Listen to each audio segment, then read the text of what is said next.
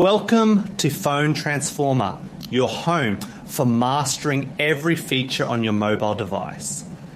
In this video, I will guide you through the different ways of how to do a print screen on an Android phone so you can easily save and share anything on your screen. Now let's get started.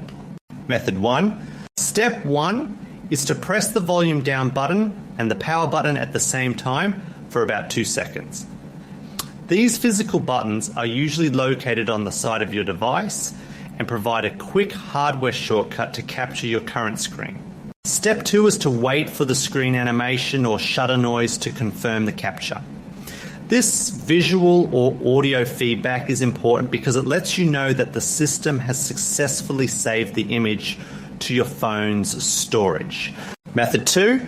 Step 1 is to swipe down from the top of your screen until you can see the screenshot icon in the Quick Settings menu. This digital shortcut is a great alternative if you prefer using touch controls instead of pressing the physical side buttons on your phone. Step 2 is to simply click on the screenshot icon to trigger the capture process.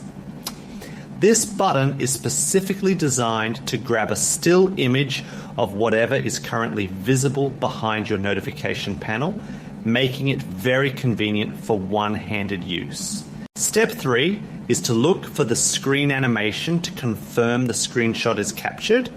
Much like the hardware method, this animation serves as a signal that your phone has processed the command and the file is ready for you to view. Step 4 is to check your gallery to find and manage your saved screenshot. Your gallery app automatically categorizes these images into a specific folder, allowing you to edit, crop, or share your captured screen with others whenever you need to. Thanks for watching, and please subscribe to the channel for more helpful tips.